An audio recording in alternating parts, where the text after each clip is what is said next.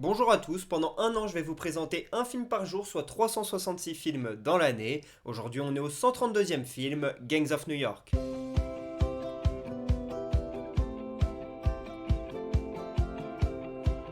Gangs of New York est un film sorti en 2002, réalisé par Martin Scorsese. C'est l'adaptation d'un roman historique écrit en 1927 par Herbert Asbury, Gangs of New York, une histoire informelle du monde souterrain.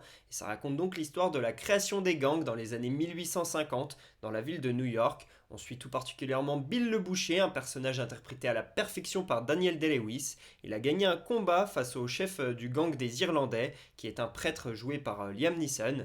Et donc c'est le gang des natifs, dont est à la tête Bill le Boucher, qui va dominer la ville de New York, jusqu'au jour où le fils du prêtre veut se venger. Il est joué par DiCaprio, le personnage s'appelle Amsterdam, et il va vouloir donc se venger de ce Bill le Boucher. Et c'est cette histoire entre DiCaprio, qui est plutôt jeune, et Daniel Day-Lewis, qui est un patron confirmé des gangs à New York, et cette relation-là que l'on va suivre. Ce film est réalisé par Martin Scorsese, le maître de la mafia au cinéma, et il dure un peu plus de 2h30, donc prévoyez un peu de temps pour le regarder. Aux côtés de Daniel Day-Lewis, DiCaprio, mais également de Liam Neeson, on retrouve Cameron Diaz, une actrice méconnaissable avec son maquillage et ses costumes. Je savais que je connaissais cette actrice, mais j'ai mis plusieurs minutes, même je pense une heure et demie de film, avant de me rendre compte que c'était Cameron Diaz, et pour moi elle joue ici son meilleur rôle. J'ai adoré ce qu'elle a pu faire.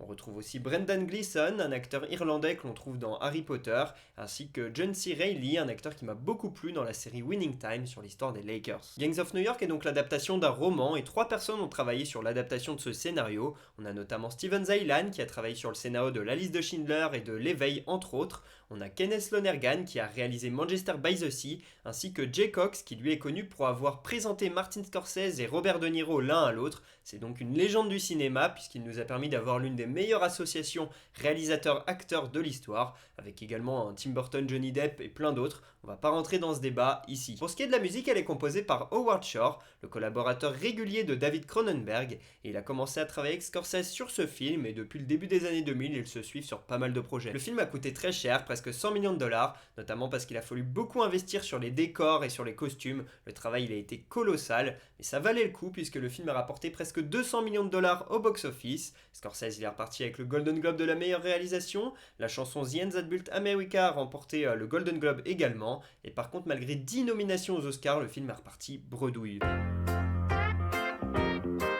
Si je vous parle de ce film aujourd'hui, c'est parce que Joseph Bonanno est décédé il y a 22 ans jour pour jour. C'était le chef d'une des grandes familles de mafieux à New York. Il était italo-américain et en 1931, il est venu à la tête d'une des 5 grandes familles, la famille Bonanno qui porte donc son nom. Et dans les années 30, c'était les années fastes de la mafia. Il a dirigé ça d'une main de maître. En 1964, il est même devenu le capo di tutti capi, le parrain de tous les parrains. C'était un rôle en fait pour essayer d'unifier les 5 grandes familles de New York, de pérenniser les affaires et surtout d'assurer un climat de paix. Et il n'a pas duré longtemps puisque très vite il y a un de ses plus fidèles associés qui l'a trahi et il a donc été contraint de s'exiler dans l'Arizona au sud-ouest des États-Unis, donc très loin de New York, où il a vécu jusqu'à ses 97 ans et est décédé en 2002. Et comme tous les grands mafieux, eh bien, il était né en Sicile, le terron, vraiment le bastion de la mafia italo-américaine.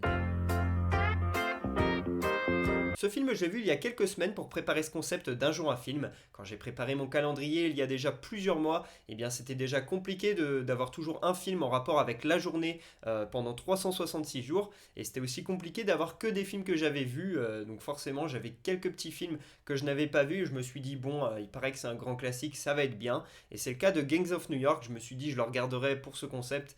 Et avec un peu de chance, je vais l'aimer et je pourrai en parler. Donc Gangs of New York est un film que j'ai moyennement aimé. C'est peut-être l'un des films que j'ai le moins aimé de ces 366 que je vous présente cette année. Donc c'est dommage, là j'ai mal calculé mon coup, je pensais que j'allais beaucoup plus apprécier. Surtout que j'ai mis énormément de temps avant de pouvoir le voir. Pendant plus de 2 ans, 3 ans, je me disais il faut que je le voie. Mon frère l'avait vu et il me disait bah ouais regarde-le, c'est quand même un très grand classique. Et puis voilà, il y a plein de bonnes choses. Daniel Day-Lewis, un acteur que l'on ne connaît pas forcément trop par rapport au talent qu'il a, je trouve, en tout cas dans le grand public. C'est pas un acteur aussi connu que DiCaprio, Brad Pitt, Nicholson, tous ces gars-là. Et pourtant c'est un des plus grands. Il a été récompensé de 3 Oscars. Et donc pour toutes ces choses-là, je voulais le voir, mais il était dispo sur aucune plateforme et donc j'ai dû l'acheter en DVD. Enfin, je l'ai eu à mon anniversaire en DVD DVD, et donc j'étais très content de pouvoir le regarder, et c'est vrai que le film est assez long, 2h30, et c'est ça qui m'a un petit peu dérangé. Par contre, la performance de Daniel Day-Lewis est vraiment ressortie du lot, il est hyper charismatique dans son rôle de Bill le Boucher. Je mets un 15 sur 20 à ce film. Comme je l'ai dit, c'est l'un des films que j'ai le moins aimé de ces 366 que je vous présente cette année. Par contre, le gros point positif, c'est pour moi la scène d'action au début, et celle de fin également, elle est pas trop mal. Mais surtout la scène du début, j'ai beaucoup aimé comment la violence s'est retranscrite à l'écran. Scorsese, avec son monteur, il a vraiment fait un magnifique travail pour donner beaucoup de rythme, et on a presque des images, plusieurs images qui superposent du combat, et donc on n'a pas des scènes longues avec voilà, des 5-10 secondes de scène où on voit des combats se dérouler, etc. On a beaucoup de montages très rythmés, et ça j'ai beaucoup aimé. Par contre, je n'ai pas du tout compris la musique utilisée par Howard Shore et donc par Scorsese sur cette scène d'action. J'avais l'impression de voir une scène donc de 1850, une scène de combat, etc. Hyper passionnante, et d'avoir la musique d'un braquage d'un film des années 2000, de braquage à l'ancienne ou de je ne sais quoi. Et donc l'association des deux était très particulière et assez dérangeante à l'écran. Et puis je trouve que le film est beaucoup trop long. Je pense que tu peux lui rétrécir largement une demi-heure. Je pense en tout cas, et que le film du coup ait plus de rythme et soit un peu plus poignant, parce que là il y a vraiment trop de longueurs qui m'ont un petit peu dérangé à titre personnel. Et par contre, j'ai beaucoup aimé le fait qu'on s'attache au personnage de DiCaprio, qu'on soit à fond avec lui, qu'on veuille qu'il arrive à prendre la tête de Bill Boucher et justement à se venger. Mais on va voir, je vous dis pas s'il y arrive ou pas. Et j'aime beaucoup aussi Bill le Boucher qui est très charismatique, hein. Daniel Day-Lewis, ça fonctionne. Cameron Diaz, ça m'a beaucoup plu également dans ce film, donc il y a quand même pas mal de bonnes choses. Surtout, j'en ai pas parlé, le travail sur les décors et les costumes. Il y a des dizaines et des dizaines, même des centaines de figurants. Il y a plein de bâtiments, c'est hyper bien fait. On sent que c'est un film à gros budget. Première anecdote, à la base Martin Scorsese, il voulait De Niro ou Willem Dafoe pour jouer le rôle de Bill le Boucher, mais ça ne s'est pas fait. C'est finalement Daniel Day-Lewis qui a eu le rôle, et de manière assez folle, puisqu'en fait Daniel Day-Lewis il était un peu en retraite à ce moment-là de sa carrière. Il avait pas mal de problèmes, de dépression, etc. Il n'aimait pas le milieu d'Hollywood, des paparazzis, tout ça, et il était parti à Florence, en Italie, où il était devenu cordonnier. Il travaillait dans un petit atelier de cordonnerie, il se faisait discret, voilà, il allait au travail à pied, il se prenait son petit café dans un restaurant italien avant d'aller au travail, et puis ensuite il allait voilà, faire son travail de cordonnier. Et donc Martin Scorsese, il a été le voir pour lui demander de jouer dans son film, et Daniel Day-Lewis, il ne lui a pas adressé la parole pendant plus d'une semaine. Martin Scorsese, et donc il restait là, il le regardait travailler toute la journée, essayait de le convaincre de lui parler, et Daniel Day-Lewis, lui, ne répondait pas. Il a donc mis beaucoup de temps avant de le convaincre, et finalement ça a fonctionné. Ils ont ensuite été à Rome à la Cinecittà pour pouvoir tourner ce film. Deuxième anecdote, lors d'un projet d'agrandissement de la ville de New York, 850 000 objets d'époque ont été retrouvés, et la plupart ont été utilisés dans ce film, dans des objets de décor. C'est pour ça qu'on est vraiment plongé dans les années 1850, c'est parce que ce sont des vrais objets d'époque qui ont été utilisés, et ensuite tous ces objets ils ont été stockés dans l'une des tours de la World Trade Center, mais malheureusement après les attentats du 11 septembre 2001, eh bien la plupart ont été détruits,